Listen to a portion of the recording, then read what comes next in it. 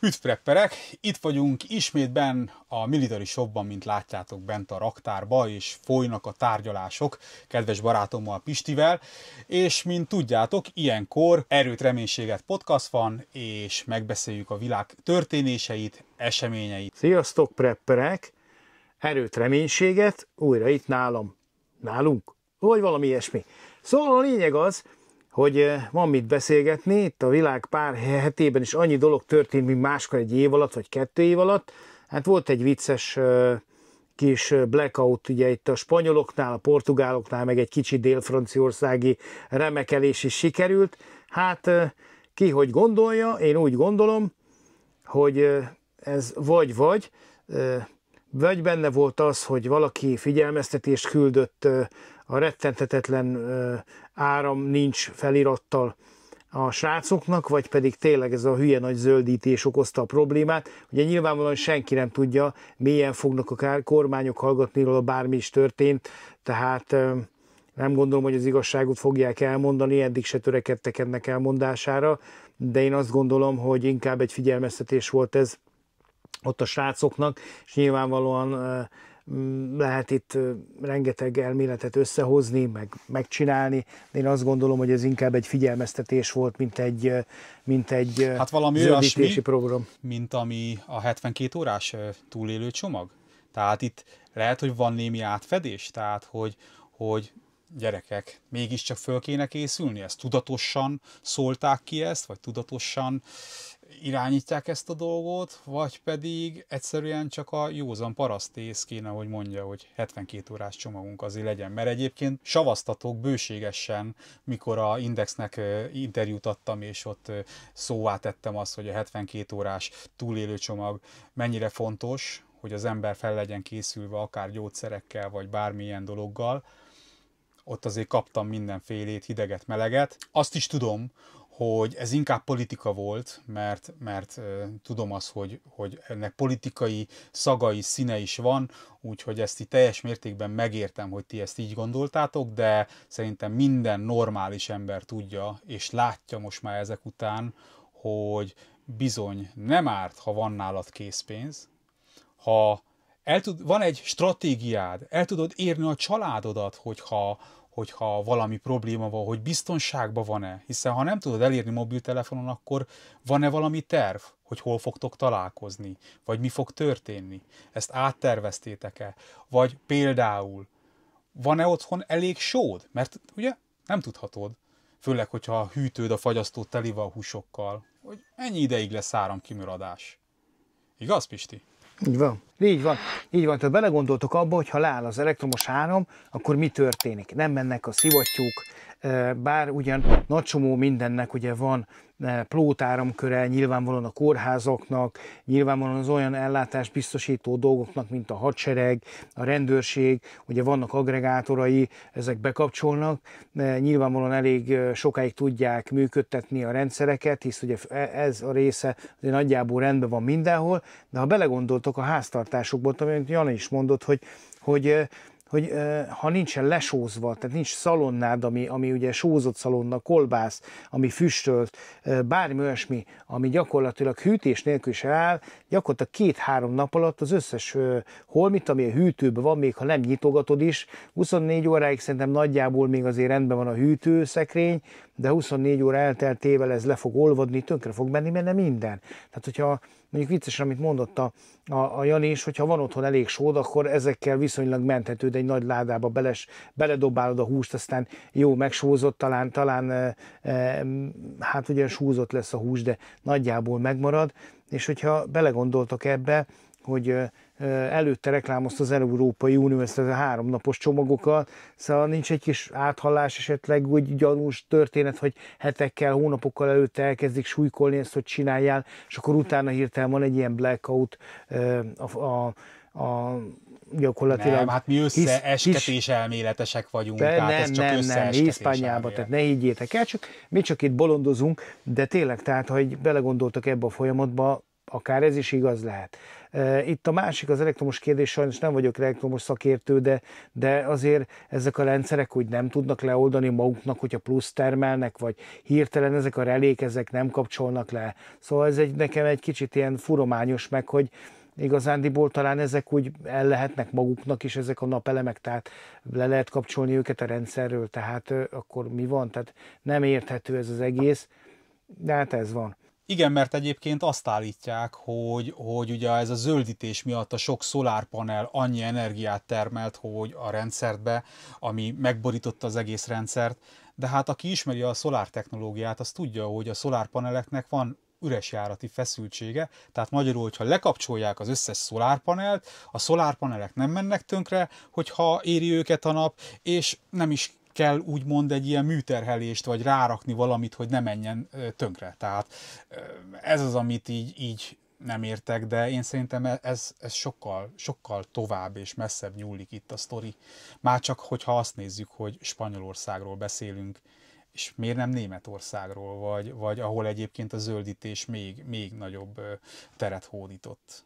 És ha belegondoltok abba, hogy mi van akkor, hogyha ez egy teljes félelemkeltés, az emberek teljes félelemre való fölbújtása, és gyakorlatilag tényleg arról szól az egész, hogy mindenki ijedjen meg, ész nélkül kezdjen elkészülni a háborúra, mert hogy itt háborús retorika van, és akkor ebben történnek is. Azért azt hozzáteszem, egy barátommal beszélgettem, aki egy igen jól értesült srác, és eddig így kicsit ez a német elit, hogy miért csinálja ezt, és volt egy pont, amit nem tudtam teljesen közrakni, egy láncszem hiányzott, és amikor vele beszélgettem, akkor ő mondta azt, hogy figyelj Pisti, ezeknek az eliteknek, ezek full nácik. És ezek a nácik gyakorlatilag nem fejezték be bent agyban a háborút. Ők revansot akarnak venni mindenféleképpen Oroszországon, vagy Szovjetunión, ki hogy hívja, de gyakorlatilag ők revansot akarnak venni, tehát nekik a második világháború konkrétan nem fejeződött be. És ezért csinálják mindazt, és ugye kétszer már megcsinálták a világháborút, most nem menjünk ezeknek az elízményekbe, ki mit csinált, hogy, de a lényeg az, hogy gyakorlatilag, ha nézitek azt a történetet, hogy mi folyik. Tehát most 1933-ban vagyunk körülbelül, elkezdik betiltani a pártokat, AfD, be fogják tiltani. És mi van akkor, hogyha azt csinálja a Kelet-Németország, mert ugye mindenki azt hiszi, hogy Németország most nagy Németország, de valójában NSK. Tehát Német Szövetségi Köztársaság. Minden szövetségi köztársaságnak megvan a saját parlamentje, belügyminisztériuma, rendőrsége, stb. Pénzügyminisztérium, stb. Tehát gyakorlatilag ezek, hogyha hirtelen elvágják a köldögzsinort, úgymond, akkor ezek működőképesek tartományonként is, vagy köztársaságunként is. És mi van, hogyha bedobja a törőközött a volt NDK, azt mondja, betiltjátok, ezt nektek, srácok, akkor most levárnánk, vagy kivárnánk, csináljátok, amit akartok. Ja, ennyi. Tehát én ezt gondolom, hogy nagyjából, hogy ez a kép nekem így alakult ki, és ez a láncszem hiányzott, és ezt így nem tudtam, ezt az tehát magát a folyamatot, ezt az önrondító, önsanyargató, öntönkretevő dolgot, de ők nem, ők háborúra készülnek, de szó szerint ők revansot akarnak venni. És nagyon félek attól, hogy ez a Merz nevű úriember, ez azt hiszem 7-én lép majd ringbe, és ő azonnal első intézkedésként be fogja vetetni az ukránokkal gyakorlatilag a Taurus rakétákat, bár ebbe azért lesz az amerikaiaknak is egy kis beleszórájuk, de mi van, hogyha pont ki... amerikai alkatrészek is így van, amerikai alkatrészek is vannak benne, és ugye ez már egy 500 kilométeres elég mélységi támadásra alkalmas történet, tehát hogyha valaki ráeszkábálja egy repülőre, egy picit be tud repülni Oroszországba, vagy legalábbis a határon el tudja engedni, az kérem, Moszkva mögött csapódik be, és ugye most lesz 9-én, május 9-én a győzelemnapi felvonulás, hatalmas dzsemboli. Amit egyébként az ukránoknak is kéne ünnepelni, ugye? Mert a náciknak a fölött aratott győzelemről szól ez az egész. Így van. Tehát végül is, hogyha... belegondolunk abba, hogy ugye az a második ukrán front az itt ment keresztül Magyarországon, tehát nem hiába hívták ukrán frontnak, a legtöbb katona, vagy nagyon-nagyon sok katona ukrán volt például itt Magyarországon, aki harcolt, nem hiába hívták egyébként ennek a frontot, tehát gyakorlatilag én azt gondolom, hogy 9-én, ha ez a kis szőrös vuki, zöld vuki, ez tényleg betámadja ott a 9-i történetet, én azt gondolom, hogy az elég csúnya válasz lesz. Az egy világháború. A srác világháborút akar kirobbantani, mert tudja, hogy kakuk van nekik. Tehát sajnos az a helyzet, hogy az oroszok mennek előre. Itt nem a terület számít, mindig elmondtuk, de most is elmondom, nem számít a terület, hogy most 5 méterrel, 5 falival, vagy 50 kilométerrel vannak arrébb az oroszok. Itt a dara a lényeg, ledarálják. Most már a 35 fölötti állomány 40 évesekig le van nagyjából darálva, most jönnek nem sokára 25 és a 18 évesek közti. Most ha ezeket kezdik összefogni, és az ukrán nép nem áll fel, és nem csapja a nyakon a kis szőrös zöld vukit, vagy fekete vukit, akkor gyakorlatilag ennyi a történet. Ukrajnának a jövője az elpárolog szó szerint a frontvonalakon. Ledarálják az oroszok őket. Fél év, egy év, ledarálják, azt csókolom. Kit fognak oda küldeni? Mit fog csinálni Európa? A hadiüzemek nem fognak addigra felállni. Tehát ez nem fog működni, srácok. Tehát Ukrajnának gatya van.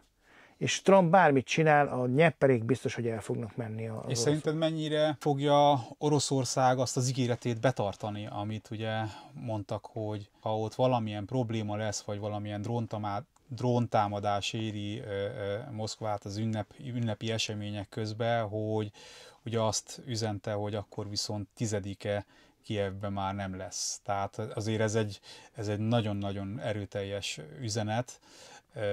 Az a kérdés, hogy ez csak egy elrettentő, vagy meg is tenni. Mert hogy az ukránok azok, eddig is láttuk, hogy eléggé elszántak voltak, simán berepültek drónokkal ugye Moszkváig. Az a kérdés, hogy mi az a határérték, amit eddig csináltak, az is már ezt vonná maga után, vagy itt azért vannak szintek? Nos, az igazság az, hogy amit beszélgettünk, ugye ott lesz Xi Jinping, a kínai elnök, ott lesz rengeteg európai vezető, vagy hát a világból nagyon sok vezető, mert Európában olyan egetrengetően sokan nem fognak menni.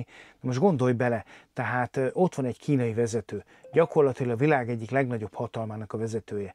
Most ne legyen baja, vagy a hajszáras se görbüljön meg. Most gondold el, végetlenül van egy ilyen balhé, és tényleg megsérülnek, vagy meghalnak a világ politikusai, vagy vezetőiből bármennyi. Az gyakorlatilag a harmadik világháború azonnal. A kínai külügyminiszter megmondta nekik, hogy meg ne próbáld, jó nyilvánvalóan úri nyelvezettel, de gyakorlatilag a meg ne próbáld című mondat volt kicsit szebben körbeírva. 2, meg a Medvegyev, ugye, aki egy volt miniszter, ugye a biztonsági tanácsnak ugye az elnöke, de gyakorlatilag ő megmondta, ő a láncos plibék kutya, ebben a dologban ő a rossz rendőr, de nyilvánvalóan az eszközei megvannak az oroszok arra, hogy ha egy ilyen történik, az másnap, sőt, onnantól kezdve egy harmadik világháború. Tehát ha belép Oroszországon kívül, belép Kína is effektív fizikailag, most odaugrik egy 500 000 kínai önkéntes, te meg te, gyerünk, gyakorlatilag mit fognak csinálni? Észak-Koreából még jön 200 000 ember mondjuk, az mondjuk 700 000 ember, plusz még az oroszok is egy kicsit begajdulnak, össze tudnak szedni még egy pár millió önkéntest, ott már nagyon nem lesz matek. Az a baj, hogy az európaiak nem nagyon ismerik az orosz lelket, nem hiszem, hogy kétszer kell mondani, hogy ha anyácskát így megtámadják, hogy mit csináljanak, fölállnak, azt akkor kész. Tehát ezt nem kéne elérni, hogy az oroszok begajduljanak, mert ha begajdulnak az oroszok, nem gondolom, hogy Putyin is annyira nagyon meg fogja tudni állítani azokat a tömegeket, akik harcolni akarnak menni. Tehát ott már valószínűleg nem az lesz a lényeg, hogy most akkor bárki bármit akar, hanem egy cél van, a totális győzelem. Ugyanúgy, mint a második világháborúban, nem lesz feltétel, nem lesz semmi, egy dolog lesz, azt úgy hívják, 5 betű, halál. Minden. De akkor minden. Tulajdonképpen az európai politika az pont az ellenkezőjét csinálja, ami egyébként észszerű lenne, nem? Tehát, hogy azt látjuk, hogy folyamatosan megy az igyekezet arra, hogy minél inkább eszkalálódjon ez a háború. Olyan, mint hogyha egy pici gondolatként, egy kis szikraként sem fordul meg a fejükbe, hogy hogyan kéne ezt lezárni. Tehát itt tényleg nem a lezárásról szól. És azt látom, hogy nagyon sok ember egyszerűen ilyen szemellenzősen nézi, vagy félelem miatt befogja a száját, vagy nem is tudom, hogy mi lehet a németországi néplélek például, hogy Brüsszelben az ottani emberek egyébként mennyire támogatják ezt a politikát. Te ezt hogy látod? Hát nem rossz kérdés, elég összetett a történet. Ugye nyilvánvalóan, hogyha nézzük a Démoszt, a népet, ugye megírták itt nekünk, hogy mi a helyzet, hogy a nép az úr, de ha belegondolsz abba, hogy nagyon sok ember már saját bőrén érzi, látja, hogy ebből baj lesz, igazándiból van egy kis tűntizgetés, meg ez, meg az, de nagy dolog nem történik. Tehát a németek mindig is azok voltak, hogyha volt egy felsőbb utasítás, egy komolyabb parancsnok, egy vezető, akkor beálltak mögé, lehajtott fejjel, és bum neki. Tök mindegy, hogy milyen fal jött, vagy milyen kőomlás van, vagy mi van, amíg tudták, csinálták. Tehát, hogyha megnézed a világháborút is, igazándiból legvégsőkig kitartottak.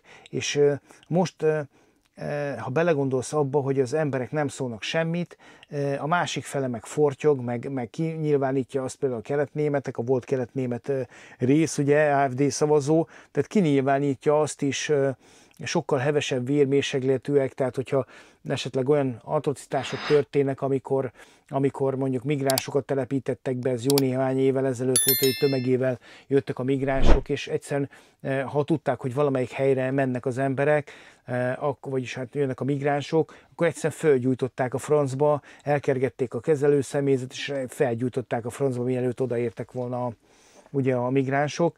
Tehát a keleti rész más, de én azt gondolom, hogy Németország nem fog felállni. Tehát a német emberek tisztelt a kivételnek nem alkalmasok, tehát nem egy forradalmi nép a német, tehát nem egy francia, tehát nem egy francia, vagy nem egy olasz, hanem ők ezek a tipikus hidegvérű hát jó, oké, lehagyjuk a fejünket, és akkor csináljuk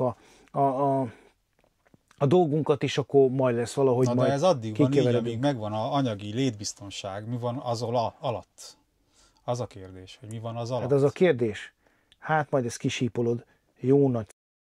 Ennyi a történet. Tehát gyakorlatilag azt gondolom, hogy igen, csúnyán zuhan lefele.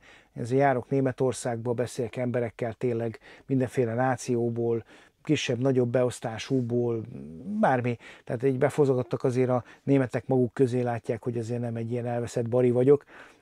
Sokszor értem is, hogy mit beszélnek, annyira németül nem beszélek, de azért sok mindent értek már. Azt a helyzet, hogy az egyszerű emberek azok kész vannak, mint a matek lecke, tehát olyan szinten ment fel az ár, tehát már látom, hogy járok kifele akár egy hónaponta, és vagy valamikor, hát körülbelül ha hónapi szinten nézzük, és emelkednek az árak, csökkennek vagy bújtatott áremelések vannak, tehát mondjuk egy kézmosó, ami volt 850 milliliter, és volt, mit tudom én, mondok valamit, 1 euró, az most gyakorlatilag 85 cent és 400 milli. Hát nem tehát mennek csődbe a cégek is, nem? A magas energiaárak miatt. Mi a helyzet most? Te hogy látod így a céges szinten? Céges szinten? Ugye említetted nekem az acélgyár példáját például.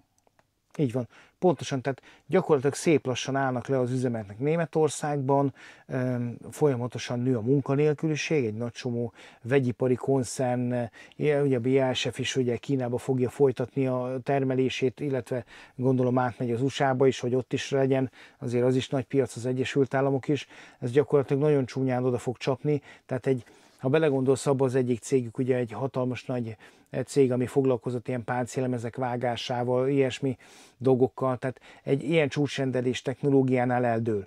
Tehát itt azért van baj már. És a németek egyre jobban lejjebb fogják adni, borzasztóan megy le az életszínvonal. Ugye nyilvánvalóan ők megszokták egy nagyon-nagyon jó létet, és ebből a nagyon-nagyon jó létből, ha egy picit is visszamész, az olyan, mintha maga a katasztrófa lenne, de igazság szerint ez sokkal lejjebb lesz. Tehát még mindig azért keresni viszonylag jó lehet Németországban, de az árak azok nagyon fölmentek láthatóan. Sok mindent még mindig megéri behozni, hogy az áfa is egy picit különbséges, de gyakorlatilag az üzletvilágban én, aki üzletemberekkel beszéltem, azok azért nem látják túl fényesen a jövőt, sőt, én azt láttam inkább rajtuk, hogy megpróbáltak mindent, amit lehetséges, de nem nagyon van tovább lépés. Tehát látják azt, hogy egy tartályban vannak, és most már minden oldalt koppannak benne. Tehát rájöttek, hogy egy tartályban vannak, inkább azt mondanám. inkább azt mondanám, mert eddig ők azt gondolták, hogy határa csillagos ég, és ugye ez így is nézett ki, gyakorlatilag 2015, hát még azt mondom a Covid elejéig, azt mondom, hogy azért hasított a német gazdaság elég csúnyán, és ugye ők megkapták azokat a pénzeket, amiket mi nem, tehát a befektetéseiket meg tudták tenni. Ez is volt egyébként a cél, hogy ne kapjuk meg az Európai Uniónak, ugye az volt a cél, hogy ne nagyon legyünk versenyképesek, mert akkor az ugye probléma, mert akkor hát nem ők adnak el nekünk, hanem mi adunk el nekik, az már annyira nem ború. És a nép azt gondolom, hogy kezd már telítődni, de mint elmondtam, sajnos be fognak állni a sorba, lehajtott fejjel, és csináljuk, menjünk, oké, nyomjuk. És most lenne egy olyan kérdésem, hogy tegyük fel azt, hogy ez az áramszünet, ez a nem is tudom hány órás volt?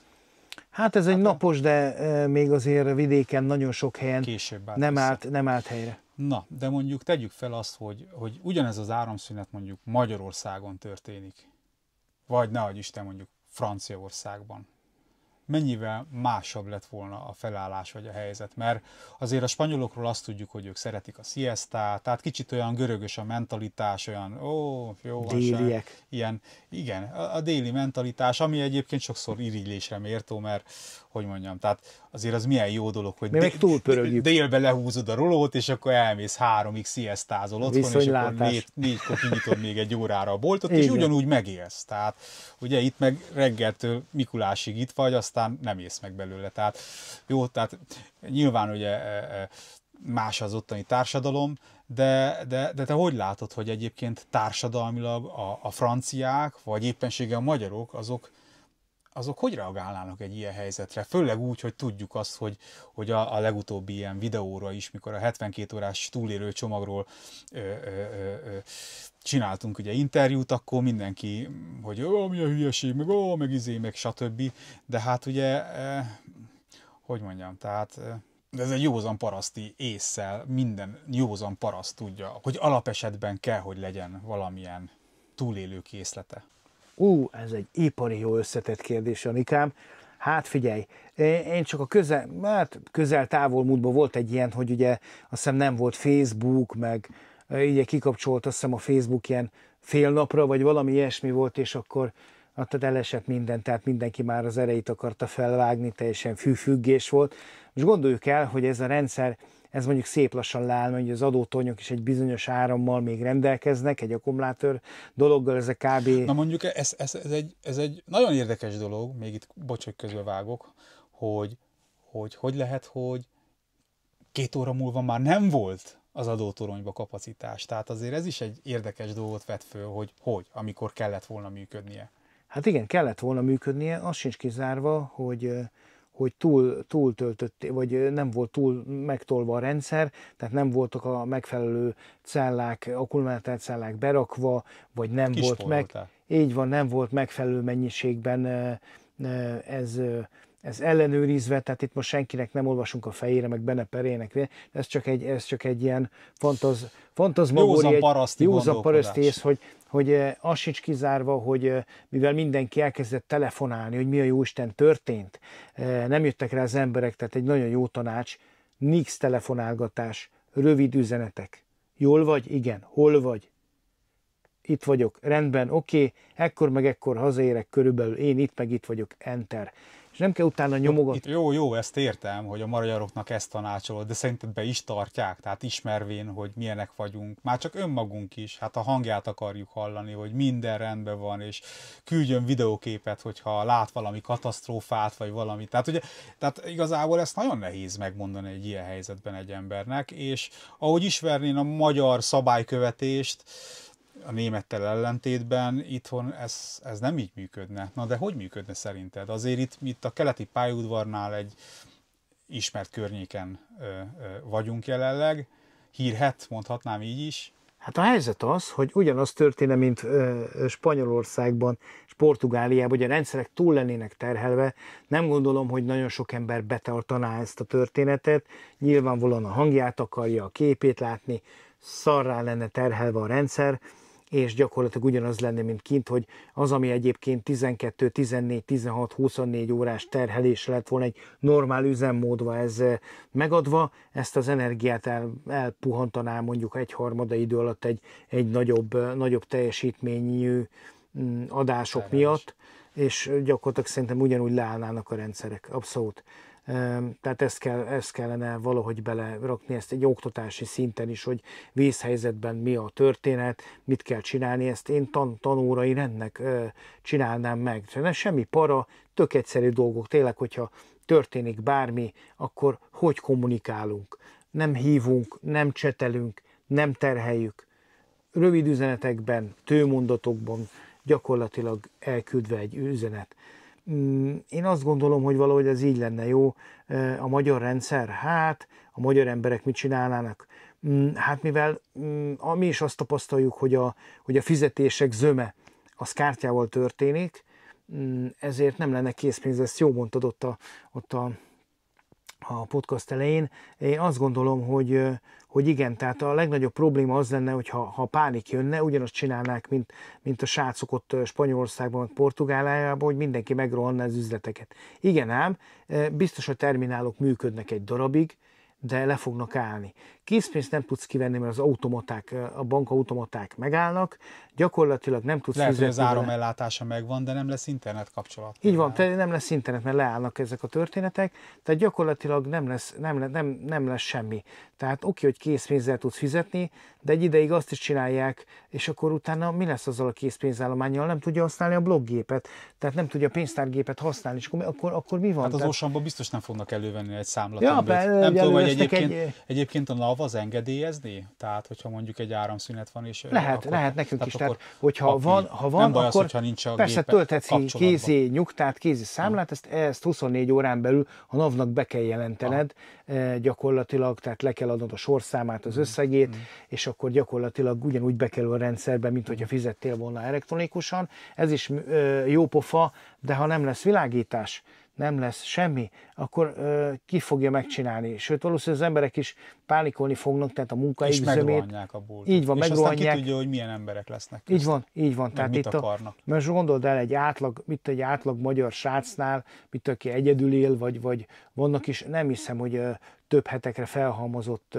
élelmiszermennyiségek vannak, tehát szerintem ilyen 1-2-3 napra elegendő élelmiszer van körülbelül az átlagnál, nyilvánvalóan lehet ennél több is, kevesebb is, de én azt hiszem, hogy a pánik az a 4. nap reggelén indul, amikor kinyitja a hűtőt, nyitná, ha lenne áram. Ja. Már megromlott benne minden. Tehát mondjuk kinyitja a spajzajtót, ha van, vagy kinyitja a kenyerest, és nincs már benne se kenyér, semmi, pánik indul. Nem tudsz sütni tojás se, gyerekek, nincs áram, elektromosan megy szinte minden, kivéve a gáz történetet. Hát de szerintem a gáz nyomás is talán szerintem azt is elektromos áram állítja elő, az is kérdés, hogy meddig üzemel. Tehát meddig üzemelnek, így van. Tehát, hogyha belegondolsz, elkezdesz így menni, ugye erről lehet egy külön műsort csinálni, basszus, villany Leo. Egyébként a katasztrófavédelem honlapján elég sok mindent lehet tájékozni. Igen, az egy egészen jó pofán összeállított. Jó össze van szedve.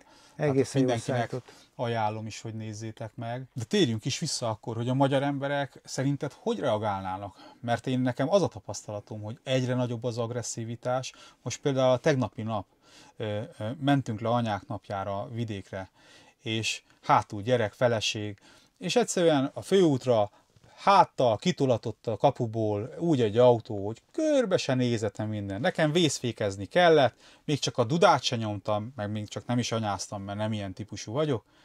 De a srác kiszállt, fölszívva magát, hogy mi a kurva anyá, hogy fogok én kiállni? És hát igazából nem mentem bele, nem álltam bele, láttam, hogy értelme nincsen, tehát minek gyilkolászni egymást. Ráhagytam, bólogattam, mondom, elég hülye vagy te magadba is, meg még vezetni se tudsz. Hát most ő azt gondolja, hogy azért, mert ő ki akar állni, akkor neki elsőbsége van a főútra. Na mindegy. A lényeg az, hogy te hogy látod, hogy szerinted morálisan a magyar emberek hol állnak? Ez nagyon jó kérdés. Én azt gondolom, hogy a negyedik napon, amit beszéltük, ott pánik indul, hát aztán akkor lesznek érdekes dolgok. Tehát hát az agresszivitás az elég hamar ki fog törni az emberekből, pláne, hogyha valamiből mondjuk kevés lesz, vagy mondjuk valakinek van gyereke, és nem tud neki enni adni. Hát vagy éppen így akar meggazdagodni, mert azért tegyük hozzá, hogy azért ezek a klikkesedések, amik most is vannak. Így van, tehát elég hamar kijön az agresszió, és én azt gondolom, hogy itt lenne baj, és nem hiába kellene kivezényelni már a második napon a hadsereget, mert ezt olyan más nem hiszem, hogy meg tudja állítani, de most ha belegondolsz abba is, hogy mondjuk egy térre leraknak egy csapat katonát, igazándiból a harmadik utcában már a torkát átvágják az embereknek bármiért is, mert ugye ezt nem látják a katonák, nem lesz akkor erről, hogy minden utcasarokra katonákat rakjanak. Szerintem kurva nagy baj lenne.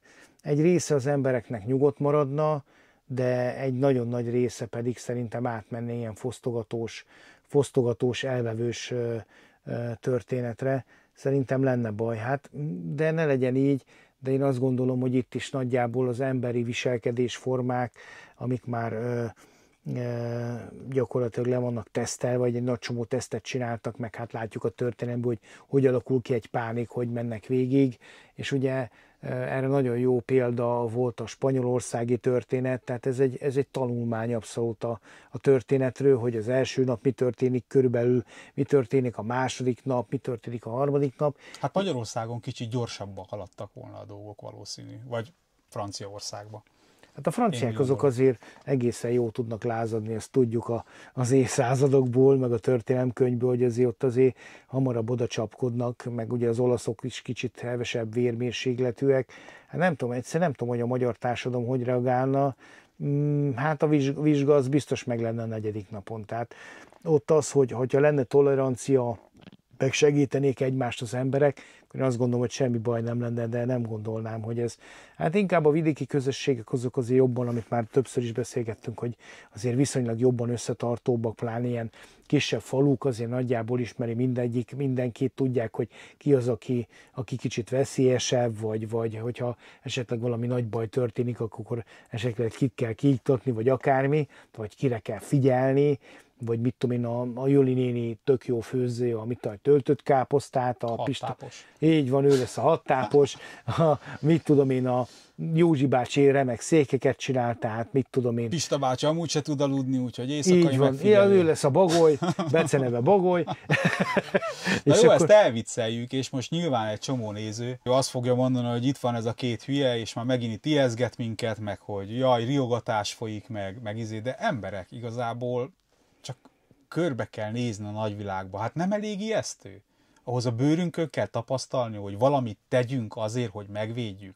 Szerintem nem. Szerinted? Hát igen, tehát ezt nem kéne nagyon megtapasztalnunk, srácok, hogy mi fog történni, ha. De hát ezért jó volt ez a blackout, mert ez egy esettanulmány, ugye, mindenkinek, hogy körülbelül hogy jönnek a dolgok egymás után. Hát szerencsére nem lett tovább húzva a dolog, de... Ott is eljött volna, amikor kivezénylik a katonaságot. Igen, tehát már gyakorlatilag riadóztatva lettek el, egy csomó helyen ki is vonultak egyébként. Tehát biztos, hogy mondom, én azt gondolom, hogy így elnézve, tényleg az a negyedik nap, ami a kritikálpont, tehát hogyha elindul valami álkalatba, akkor ez a negyedik nap nagyjából az, amire én azt mondom, hogy el fog indulni bármi probléma is. Itt az biztos, hogy a nagyvárosokban sokkal nagyobb probléma lesz eleve, ugye ez a tesztoszteron össze van nyomódva, de reméljük nem lesz ilyen. És ugye még azért belegondolva abba, hogy minden áramrész, ami ilyen árammal foglalkozik, áramellátók, stb., azért ezekre oda kéne figyelni, mert azért látjátok, hogy mi történt itt Hispániában, úgyhogy Hispániában.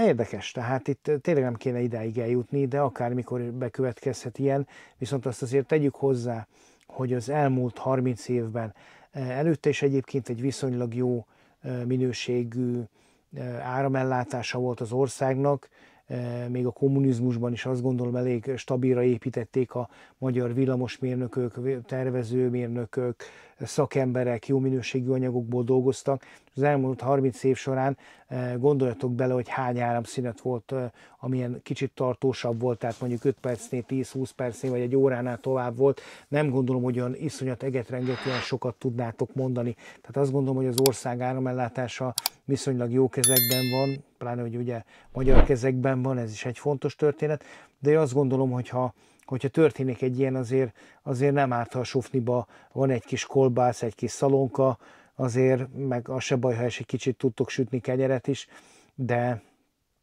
ez ilyen dolog, ilyen műfaj, oda kell figyelni, srácok. Tehát egy kis plusz mindig kell, hogy legyen otthon, legyen készpénzetek, erre figyelni kell, mert ezzel lehet érvényesülni, hogyha bármilyen gigszerbe üt. Na igen, hát itt most majd biztos, hogy fognak jönni azok a kommentek, hogy jó, tudjuk, persze, hát mindig van, nekünk is van otthon, WC papír is van otthon, meg tudjuk, hogy nem lesz készpénz, meg minden, de mi a túróért riogattok? Miért megy ez a riogatás? Tudom, hogy lesznek ilyen kommentek, azt nyugodtan írjátok meg oda alul, amelyikre tudok, majd válaszolok nektek.